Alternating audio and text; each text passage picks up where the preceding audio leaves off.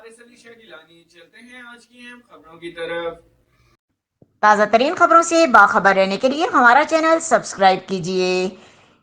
رخ کریں گے اوکاڑا کا۔ یونیورسٹی آف اوکاڑا کی طالبہ ریلوے ٹریک کراس کرتے ہوئے ٹرین کی زد میں آ کر جاں بحق ہو گئی۔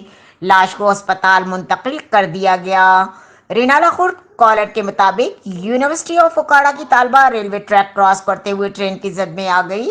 حادثے میں طالبہ کو شدید نوعیت کی چوٹیں آئیں اور زخموں کی تاب نہ لاتے ہوئے جاں بحق ہو گئی۔ اطلاع ملنے پر ایمبولینس فوراً آجائے حادثے پر پہنچ گئی۔ ریسکیو ٹیم نے لاش کو ضروری کارروائی کرنے کے بعد ٹی ایچ کیو اسپتال رینالہ خورد منتقل کر دیا۔ جاں بحق ہونے والی طالبہ کی شناخت سمرا خالد دختر محمد 23 سالہ تقریباً سکنہ ملتان کے نام سے ہوئی۔